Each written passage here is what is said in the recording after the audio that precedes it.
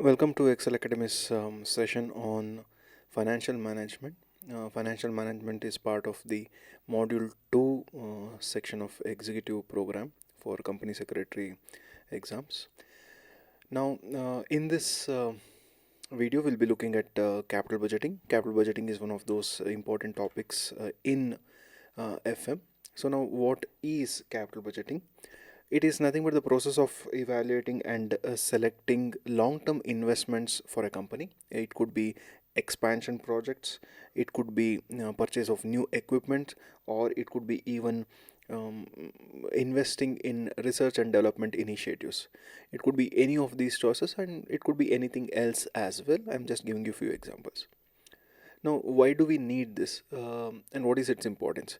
It involves forecasting the future cash flows generated by the investment and comparing them to the initial cost of the investment, because as you saw just now, there are various choices in front of the company. The company may not have sufficient funds to do everything here.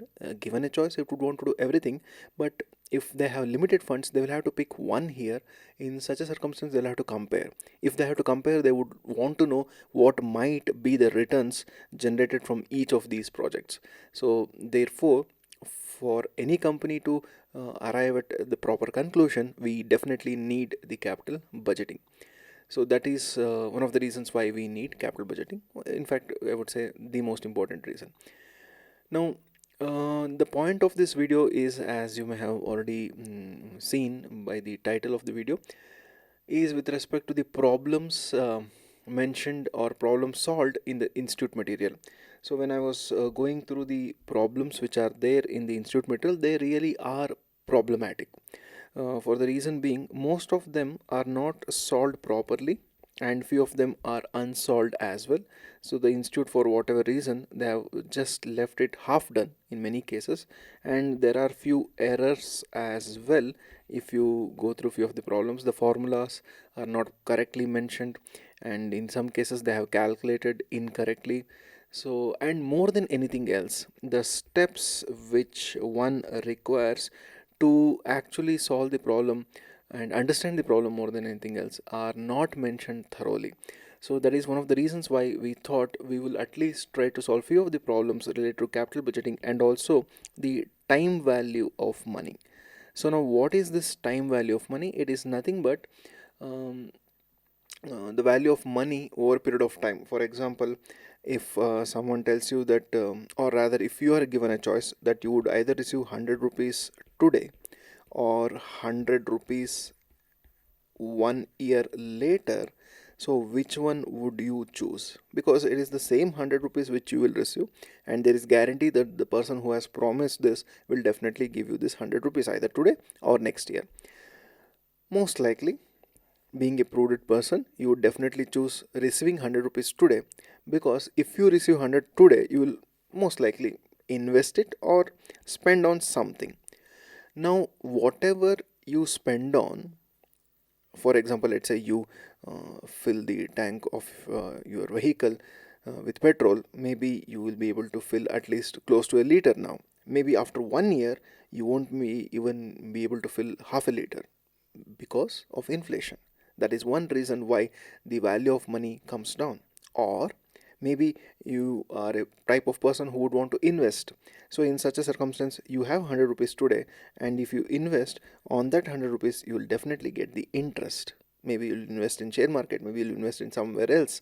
Whatever it is, you will definitely get some amount as returns. So that opportunity is lost if you get the money after 1 year. So this is the essence of time value of money. So the entire chapter is based on mostly based on these two concepts. One is time value of money and the other being capital budgeting. So there are few problems here. What I would do is I will go through few of the problems and explain to you what is the formula which we need to use, and also how to solve those problems. The same problems are there in the institute material as well. What you can do is you can go back later and check the material, so you will see the difference as to how they have solved and how we are solving here. Now let us read this problem first. Find the present value of 80,000 rupees to be received after 5 years when required rate of return is 10%. So what is that they have given? That is what we have to identify first. So now the given in this case would be the future value. So how do we know that it is the future value which is given? Very simple. If you look at this, they have very clearly mentioned in the question that this 80,000 is to be received after 5 years. So that means that is the future value. So for this future value of 80,000, we have to find out the present value, and this future value we are receiving after 5 years. So over a period of 5 years, the value of money would have definitely decreased. So 80,000 after 5 years will not be the same as 80,000 today. In fact, it will be much lesser. So now what is the formula for this? It's a very simple formula wherein we have to identify the present value. So present value equals future value, or you can even consider this as FV. So that is the abbreviation. So then future value divided by 1 plus r to the power of n. So that is what we have to use to find out the present value. So now if I substitute the values here, future value is 80,000 and r is nothing but the rate of interest, and here the required rate of return is 10%, or also it can be written as 0.1. So this will be 1 plus 0.1 to the power of number of times it is compounded, meaning if I receive after 5 years, what is the opportunity cost which I am losing, because I could have invested for the next 5 years.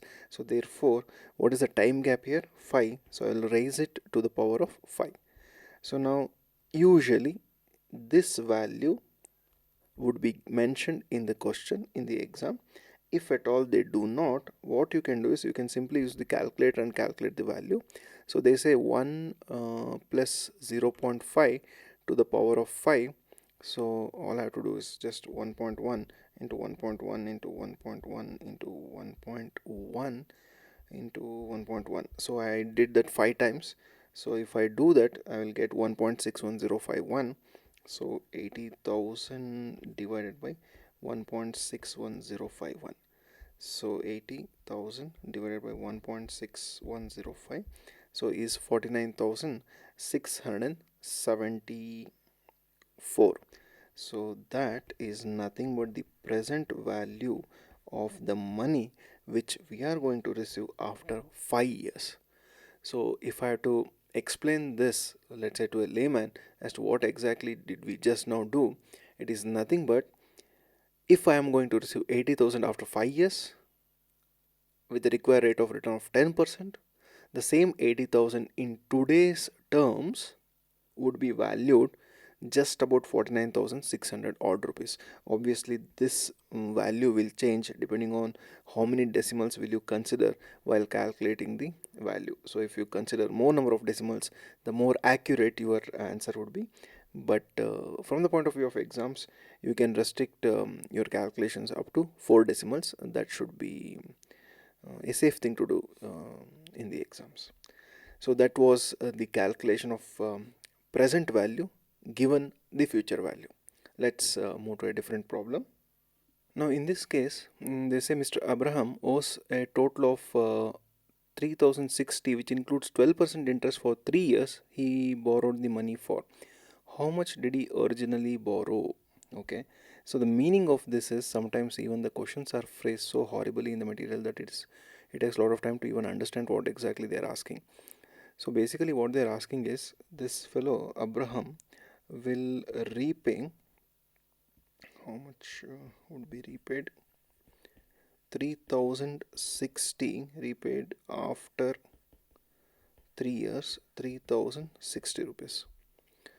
Now this repayment also includes interest. So principal is something, on top of principal he obviously would be paying interest as well. Both put together, the amount which would be repaid is 3060 rupees. So this is the thing. Now we have to calculate, for him to do this, what would have been the original amount which he might have borrowed at the rate of interest of 12% for 3 years. So once again we'll have to find out the present value, because 3060 is nothing but the amount which he is paying after 3 years, because they have very clearly mentioned Abraham owes a total of 3060 rupees, which includes so and so and so and so. So now let me write down the formula once again. Present value equals future value divided by 1 plus r to the power of n. Future value we already know is nothing but 3060 divided by 1 plus r. Rate of interest in this case is 12%, which can also be written as 0.12 raised to the power of 3, because it's 3 years. So now if I do the math here, 3060 divided by 1.12 into 1.12, so 1.12 into 1.12 into 1.12. So this will give us the answer, and let me just simplify this. So I already calculated and saved the values elsewhere, so I'm just copying the value. You can just do the same thing on your calculator, you will get the same value. So this would be 2178.04, or you can just say 2178. So now what is this 2178? If I have to explain this in layman terms, if Abram had to borrow 2178 today, or if he borrowed 2178 today at an interest rate of 12% for 3 years, he would be required to pay 3060 after 3 years because of the present value calculation. So that is how we arrived at this. We knew the future value, we worked backwards and found out the present value of the sum which he has borrowed. This is the principal. Along with interest for the next 3 years, he would be paying 3060. That is the future value. Now let's look at this problem. They say, given that the present value is 10,000 and the interest rate is 15% and the number of periods is 5, we can use this information to find the future value. So how do we find out the future value? So future value is nothing but present value into 1 plus r to the power of n. So we do not know the future value, but we know present value. How much are they investing today? So 10,000 multiplied by 1 plus rate of interest, which is 15%. So I can also write 15% as 0.15 raised to the power of number of periods, in this case 5 years. So this will be nothing but 10,000 into 1.15 into, let me just 1.15 5 times. So this is something which you'll have to calculate. So when you do that, you will get a value of 2.01135. So you multiply that by the present value, which is 10,000. So you will get the future value, which is 30,113.57. So if I have to explain, this is very simple. It is nothing but the future value of an investment of 10,000 invested today for 5 years at 15%. So if you do that, what would be the future value of such an investment? It would be 20,113.57. I hope it is clear. So now let me change the question slightly. What would be the present value of 20,113.57, okay, received after, let's say, the same 5 years with an interest rate of 10%. Now I am changing the required rate of return, and also in this case we are telling the future value. So we know future value to be 20,113, which we will receive after 5 years. If anything which we are receiving after 5 years, if that value is known, then obviously it is the future value. Now what is asked here? Present value is asked. So the formula will slightly be different, because here we are calculating present value, which is nothing but future value divided by the same 1 plus r to the power of n. So future value is already known, so which will be 20,113.57, that was the value, right? Yeah, divided by 1 plus r to the power of n. Here the required rate of return is 10%, not 15%. So 1.01, 10% can also be written like that, raised to the power of 5. So again, if I had to simplify this, 2113.57 into 1.1 to the power of 5 would be 1.61051. So 12,488.94 would be the answer. Let me just check. Sometimes pre-stored values might not be correct.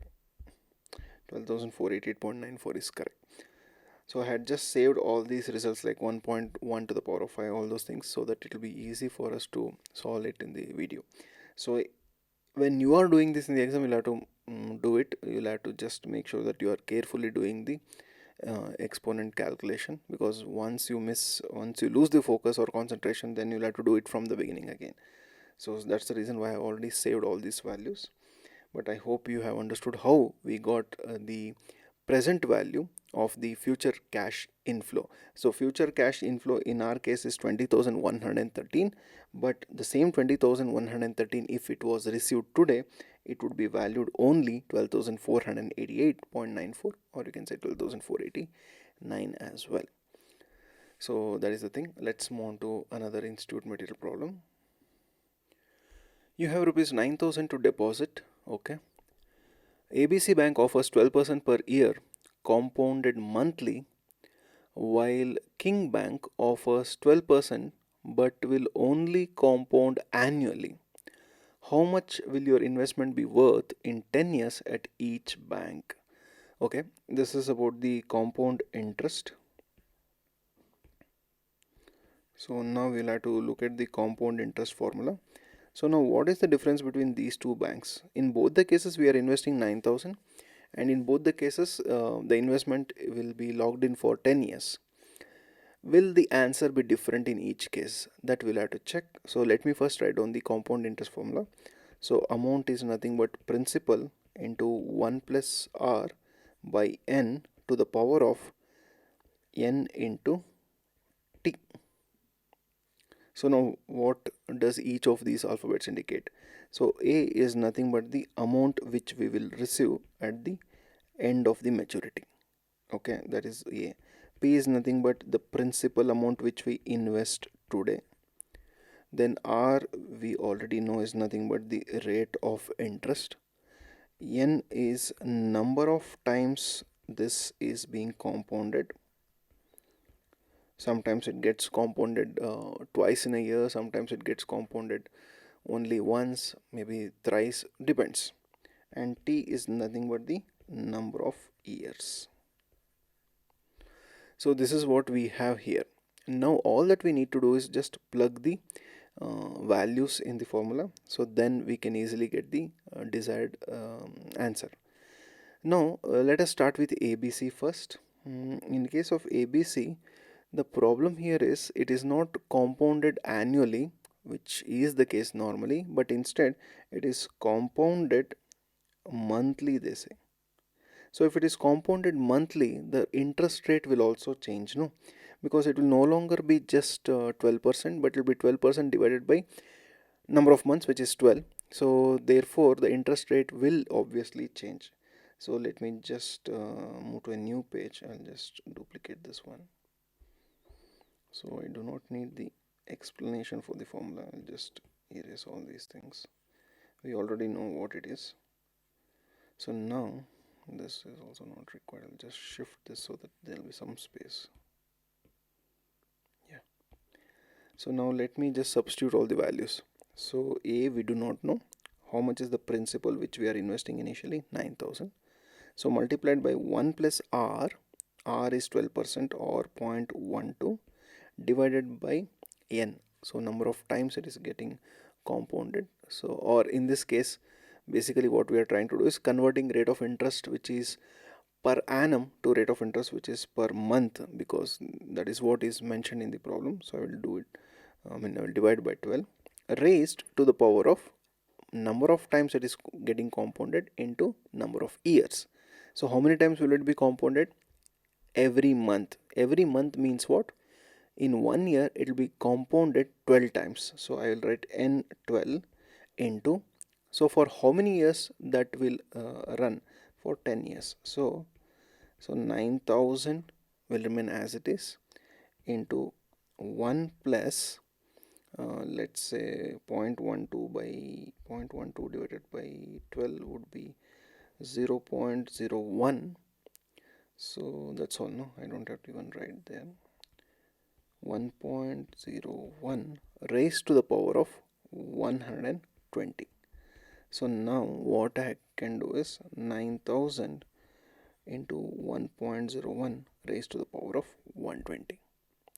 So now it's easy for us to arrive at the value. I just used Excel application to find out the value of 1.01 raised to the power of 120. You can do one thing, you can raise up to 1.01 to the power of 10 and multiply it 12 times. So that is also another way of calculating the exponent quickly. So we'll see the shortcuts later on, but for now just understand that I got 3.30 so and so value from Excel. So now all I have to do is multiply 9000 by 3.30038,689. So which comes to 29,703.48201.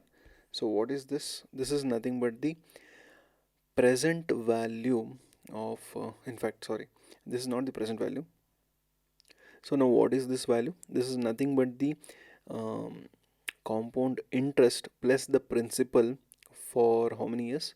For 10 years. So if you invest 9000 today, in 10 years it would be valued how much? 29,703 if the amount is getting compounded monthly for a rate of interest of 12%. So that is with respect to ABC Bank, because we have to remember that there is one more bank which is also accepting the same deposit, but instead of monthly compounding, there we are compounding only once in a year.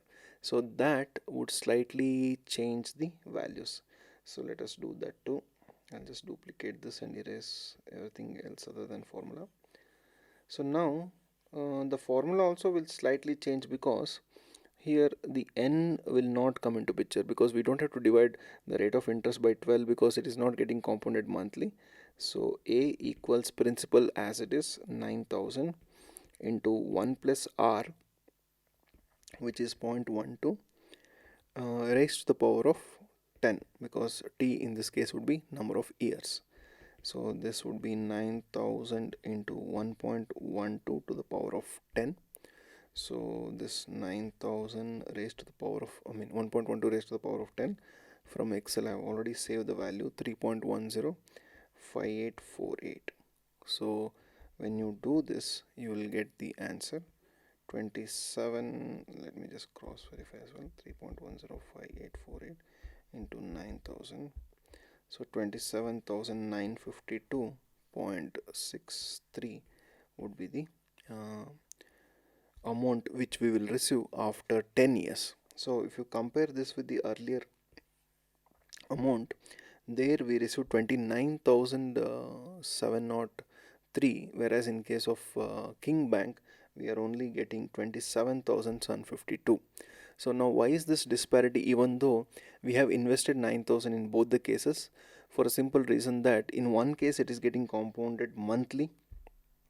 So interest on interest, compound is nothing but whatever interest you earned, again on that you will get interest. In case of the first instance, you will compound 120 times. So that compounding, that is increase in compounding, will obviously be an advantage. So that's why to some extent the value at the end of the maturity period is slightly higher in ABC Bank compared to what we are getting in King Bank.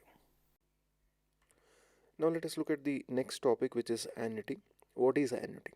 Annuity is a financial product which we can say as something which provides a stream of payments to an individual, usually at regular intervals.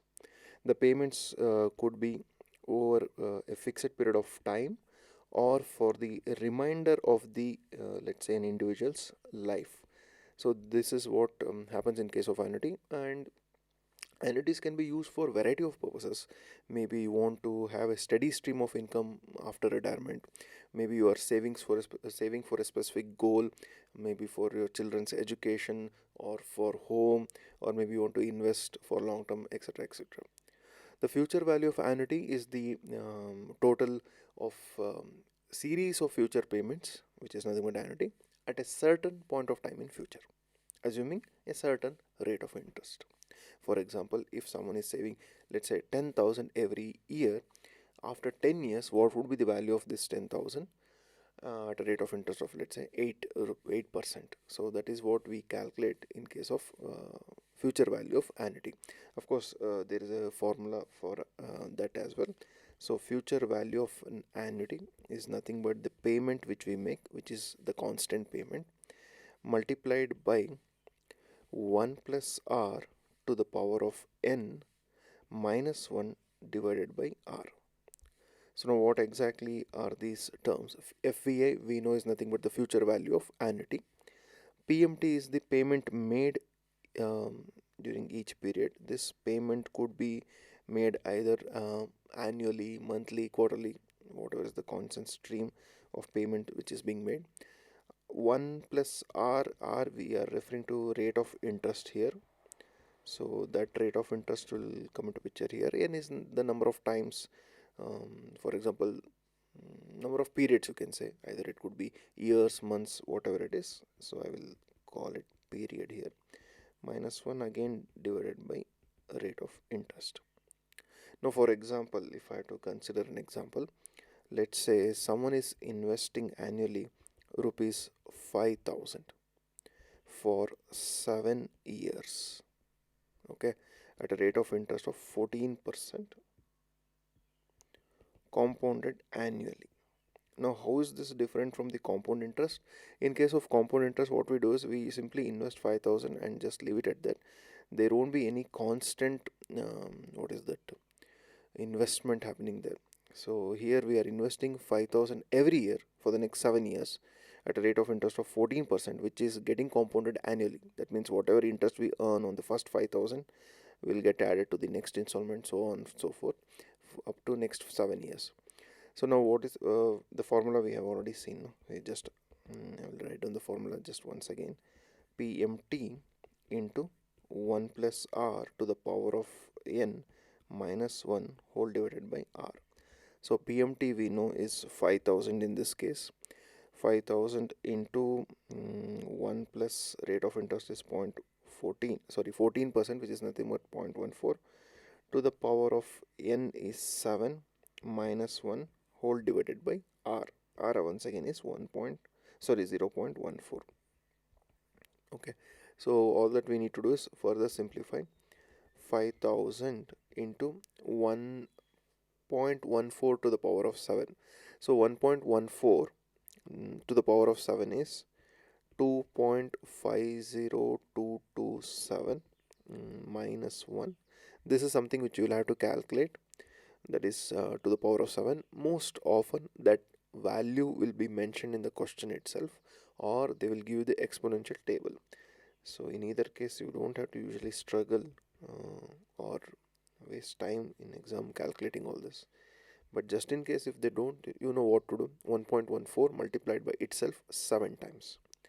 So I will further simplify this, which is nothing but 5,000 into 2.50227 minus 1 would be 1.50227, that divided by 4.14, so that will be 10.7305. So therefore when I multiply 5,000 by 10.7305, the answer which I get is 53,562.5.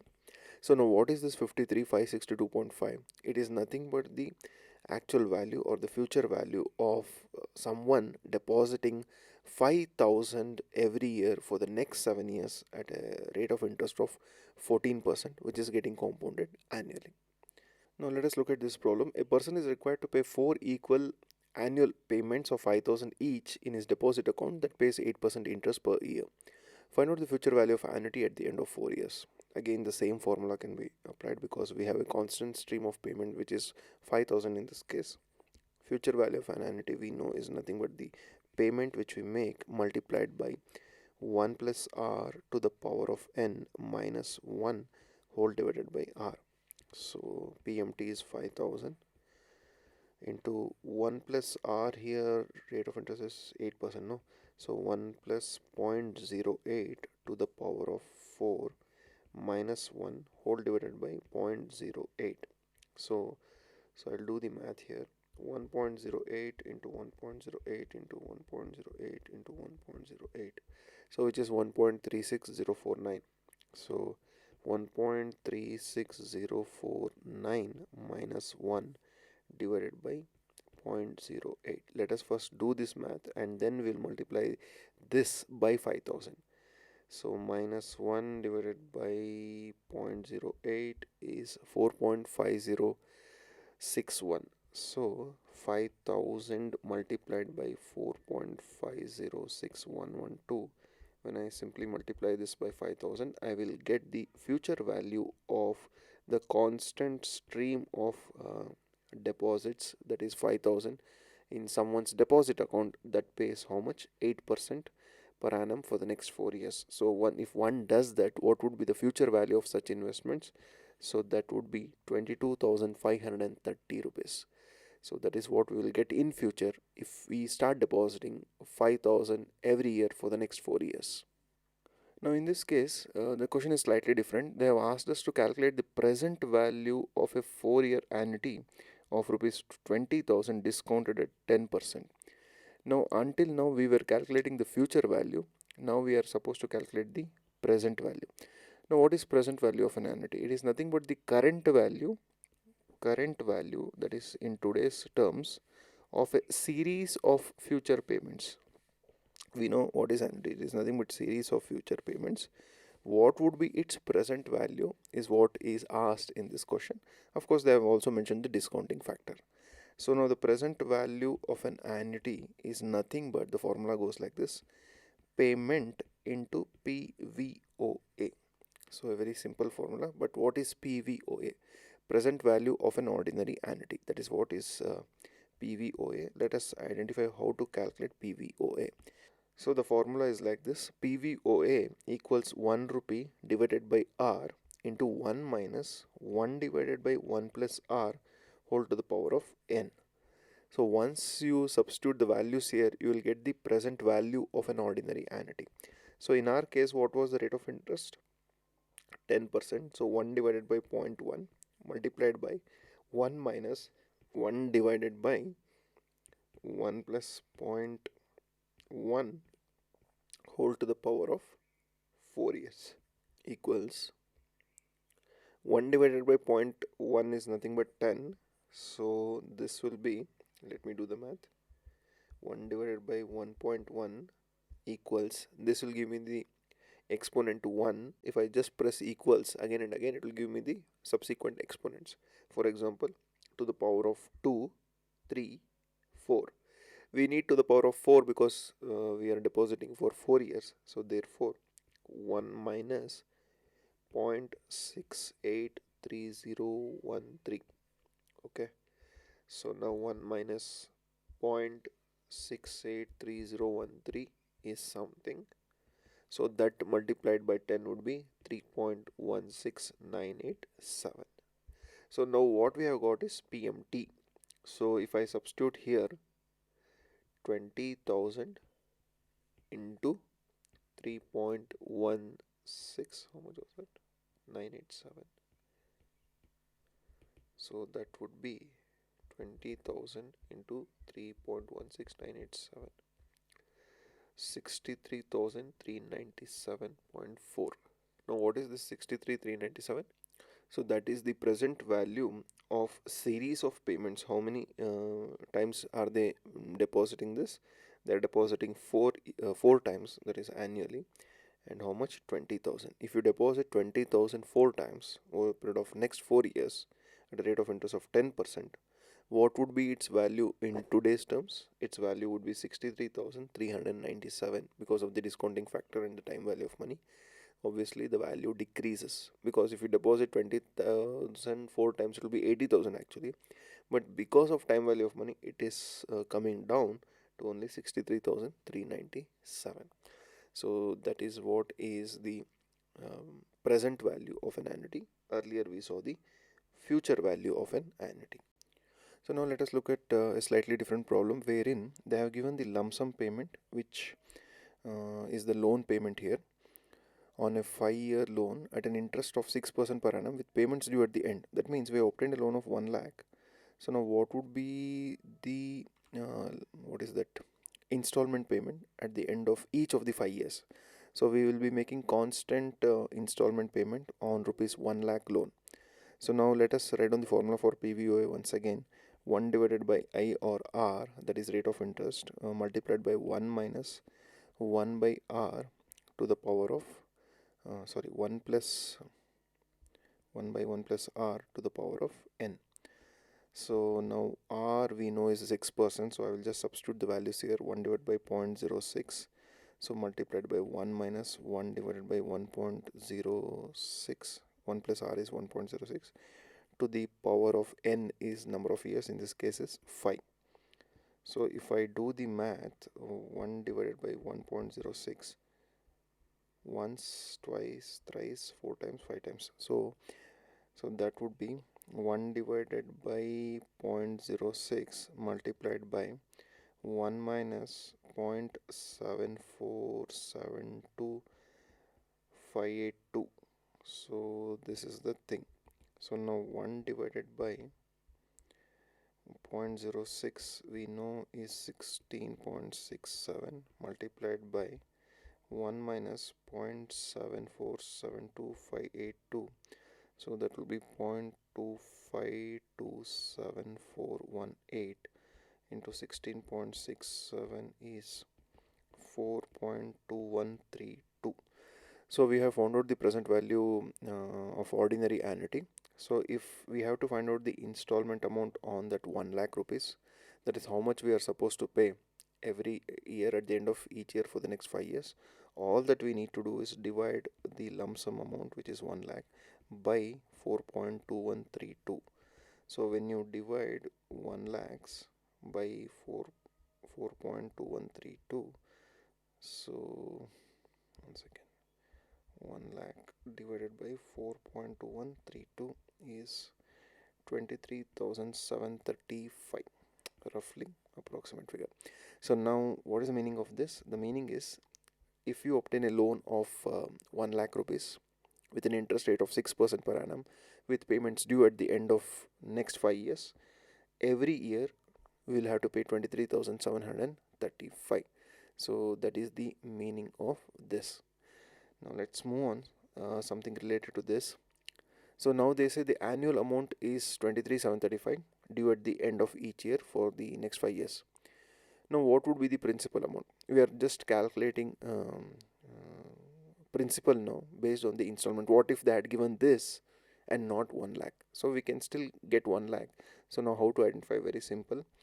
We know that principal amount is nothing but loan amount, whatever that is, into present value of an ordinary annuity for 5 years at 6%.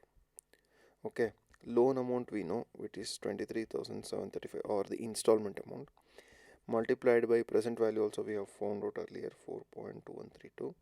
So 4.2132. So when you do the math, you will still get 1 lakh. So that would be the loan amount. So this is the installment amount, in fact. So there will be some rounding off error based on how many decimals you consider. In exam, I think considering 4 decimals should be sufficient. Now, if I have to add one more question, what was the interest? What would be the interest the person has paid on the loan over the 5 years? So total amount paid is how much? Total amount we can easily calculate. Number of installments into EMI or loan repayment. So number of installments we know is 5. Payment 23,735. So now when you do the math, you will get the actual amount paid by the person, 23,735 into 5. So this will be 1,18,675. So they have paid an interest of 18,675 over a period of 5 years. Okay, let's move to a different problem now. Okay, now let us look at this question. They say Suppose that you start a savings plan by depositing 1000 at the beginning of every year into an account that offers 8% per annum. If you make the first deposit today and the three additional ones, how much will you have accumulated after 4 years? Now, how is this different from the previous problems? Now, if you observe carefully, we are depositing at the beginning of year itself. Okay, so this is not an ordinary annuity. All this while we were looking at ordinary annuity. So now this is nothing but annuity due. So what is the meaning of annuity due? Wherein the money is invested in the beginning of the period as opposed to getting invested at the end of the period. So now future value of an annuity is nothing but PMT into the old formula which we have used with slight change. 1 plus R to the power of n minus 1 whole divided by R into 1 plus R. So this is the formula which we have to consider now. So now PMT, we know how much are they depositing? 5000, 1000, right? So let it be 1000 multiplied by 1 plus rate of interest is 8%. So 0.08 to the power of 4 minus 1, because it's 4 years, into 1 plus 0.08. So now let us simplify this further. 1.08 to the power of 4 is how much that we'll have to consider. Okay, divided by R, I had missed out. So now 1.08 into 1.08 into 1.08 into 1.08, 1.36048896 minus 1 is something 0.36048896 divided by 0.08 is 4.50612. I'm just simplifying everything in the calculator and directly entering the value. You can just play this again, you will know what are these steps, because we have done this now enough number of times for you to understand what exactly is happening. So that's why I'm not just explaining in detail. So into this one, 1.08.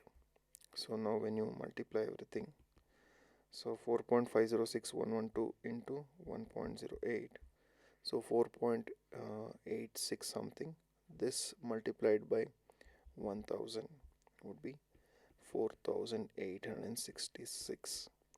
So now what is this 4866? It is nothing but the future value of someone depositing 1000 every year in the beginning of the year and not at the end of the year. So earlier we were looking at end, now we are looking at beginning. So if they deposit it, they will get 4866, but let it be known that this is only the future value. Next. Okay, here they say Uday wants to retire and receive rupees 3000 a month. Okay, not only that, he wants to pass this monthly payment to future generations after his death. He can earn interest of 8% compounded annually. How much will he need to set aside to achieve his perpetuity goal? So perpetuity goal, it is a continuous goal. So he wants this to happen forever. So now for that we'll have to use a different formula. Let us look into it. Now let us look at the formula which we need to make sure that Uday can set aside certain sum of money that will generate him a fixed income of 3000 per month. So this is known as annuity, but not just plain annuity, but annuity perpetuity. So that is annuity which is continuous. So the formula for this is A by R. So where A is obviously the fixed income which he is expecting, and R is the interest rate. So now we know what is what. 3000 is the amount which he is expecting, and the interest rate is, how much is that? 8%. So but the problem here is I cannot write the interest rate directly, because the interest rate which is given is annual interest rate, but he wants the payment to be made monthly. So what I will do is I'll convert this 8% into monthly interest rate. So monthly it would be 8% divided by 12. So 8 by 12, 8 divided by 12, this would be 0.66. Again, since I'm writing in decimals, or rather I'll convert this into divide by 100 rather. So this will give me 0.0066, which is nothing but 0.66%. I'll make it 667 since it is recurring. So now all that I need to do is just divide 3000 by 0.00667. I will get the answer. So if I just save that in memory, 3000 divided by this, so I'll get 4,50,000 as the answer. So now what does this say? If Uday deposits 4,50,000 now at the rate of interest of 8%, which is compounded annually, since he wants to get the interest per month, we just divided that by month here. So therefore, in this case, what we have to understand is he has to deposit 4,50,000 to get 3,000 per month perpetually or continuously. Okay. Now, in the same instance, if we have to consider growth, then what would be the case? Now, once again, we are in the perpetuity concept. Here, the problem is slightly different because here they have asked us to assume growth as well. So, 7% per annum is the discount rate or the interest rate. And how much would you pay to receive 500 growing at 5%? Meaning the interest rate is growing 5% annually forever. So, once again, how much should we pay? That is the present value of that amount is nothing but amount which we want to get divided by r, like what we did in the previous problem, minus growth rate. So now how much do we need? 500. So this divided by r is 7%, so 0.07 minus 0.05, which is the growth rate. Here I am not dividing by 12 because they haven't mentioned at what frequency we are getting this 500 rupees. So I am assuming this is per annum. So if it is per month, again we'll have to divide 0.07 by 12. So now all that I need to do is 500 divided by 0.02. So this 500 divided by 0.02 is nothing but 25,000. So if I deposit 25,000 today, so I will receive 500 per month, and that 25,000 will fetch me 7% interest, and also it will grow at the rate of 5% annually. Okay. Now let us look at slightly different problem. Okay. Now in this case they say N has won a scholarship which pays him $5,000 per year for 3 years beginning a year from today. He wants to know the present value of scholarship using the discount rate of 7%. Solve by factor formula, they say. Okay, so let us first find out the factor. Present value interest factor of annuity. Okay, so we have to find out the present value. Let us say the formula is 1 minus 1 plus r to the power of minus n and the whole divided by r. So in this case, if I substitute the values, 1 minus 1 plus r is how much? 0.07 to the power of minus n, they say, minus 3 then divided by 0.07. So now how to calculate something to the power of minus 3? That's very simple. You can simply calculate, or if 1.07 to the power of minus 3 is same as 1 divided by 1.07 to the power of 3. So you can do that and you will get the answer easily. So first let us do 1.07 to the power of 3. So I've already done this and calculated, kept this aside. 1.07 to the power of 3 is 1.225043. So this is this value. And now what we have to do is take the reciprocal. So 1 divided by 1.225043. So let me do that. 1 divided by 1.225043. So if I do that, I will get 0.81629. So now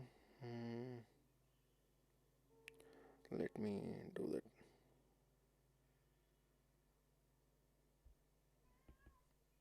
1 minus 0.8162978768. I'll just save this as memory.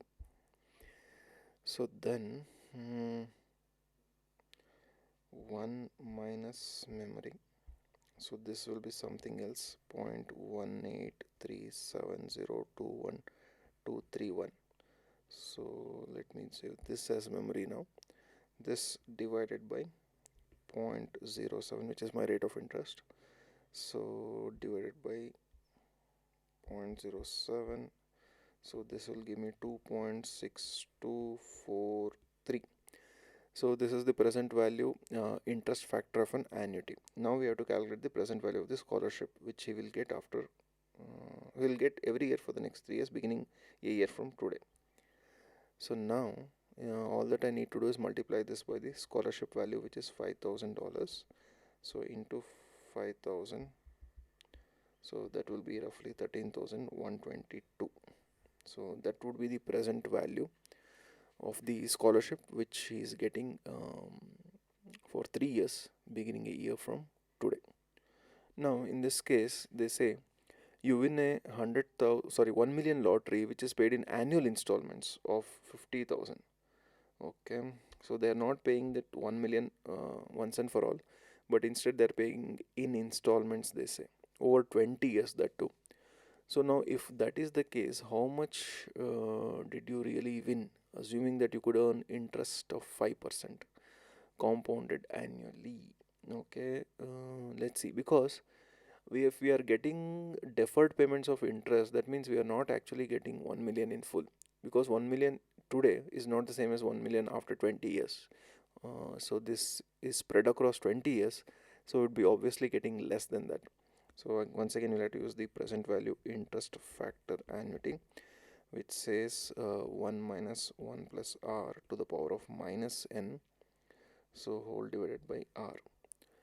So in this case 1 minus 1 plus r is 0.05 to the power of minus 20, that is n, whole divided by 0.05. So now what you can do is, instead of calculating for 20, which can be confusing when you do it in calculator, so you can break it down also, because this 1.05 to the power of minus 20 is also 1 divided by 1.05 to the power of 20. So we will have to calculate this value. So I'm just simplifying that here.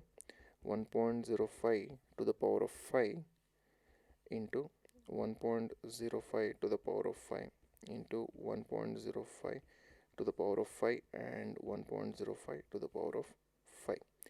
So this 5 into 4 is 20. Instead of calculating for 20, I will calculate for 1.05 to the power of 5 first. Then I will be using the same value and multiplying it 4 times, which is same as 1.05 to the power of 20. We are simplifying the exponent. So 1.05 into 1.05 into 1.05 into 1.05 into 1.05. So we have done this 5 times. So let me just save this first. 1.27628155625. I don't have to worry about this because it's already saved in the memory. I'll just multiply into memory recall into memory recall into memory recall. So I have done 4 times. So when I multiply this 4 times, I will get 2.653, I can say 33. So this is the value which I have got. So as what? 1.05 to the power of 20. Now all I need to do is take the reciprocal of that. That means 1 divided by this value. So 1 divided by 2.6533, which is 0.376889 or 89. So that is the value which we will get. So now we have done only this part so far. So now I have to subtract that 0.37689 by 1. So if I do that, I'll get 1 minus 0.37689. 1 minus 0.37689 will be 0.62311. So this divided by 0.05 divided by 0.05, which will be 12.4622. Okay, so once again we have to remember that we have only found out the present value interest factor of annuity. So now all that we need to do is multiply this by the constant stream of values, amounts which we are getting, which is 50,000. So I'll just go to the next page. 50,000 into 12.4622 into 50,000 will give us the value 6,23,110. So this is the present value of the future cash flows. In future we may receive 50,000 every year for the next 20 years. But if I have to consider today's value of the same, it is only 6,23,110. So far we looked at this particular chapter, that is lesson number 2, capital budgeting, and in that we were concentrating mostly on the time value of money, the first part of the chapter. So here are the problems which we solved, not everything, but at least the ones which I thought very important. So if at all you have any doubts with respect to any of the problems solved in this particular chapter, and if you are not able to understand why you are getting that answer, or rather why the institute is getting that answer, please do leave a comment below. I will get back to you, because sometimes it's very difficult to understand what exactly they have done. So there won't be any steps. For example, here there are no steps at all, directly they have arrived at the answer. So that's why I wanted to include the steps as well. I hope whatever we have done today will be useful. If you have any doubts, you please drop a comment below. Thank you for watching the video. See you next time.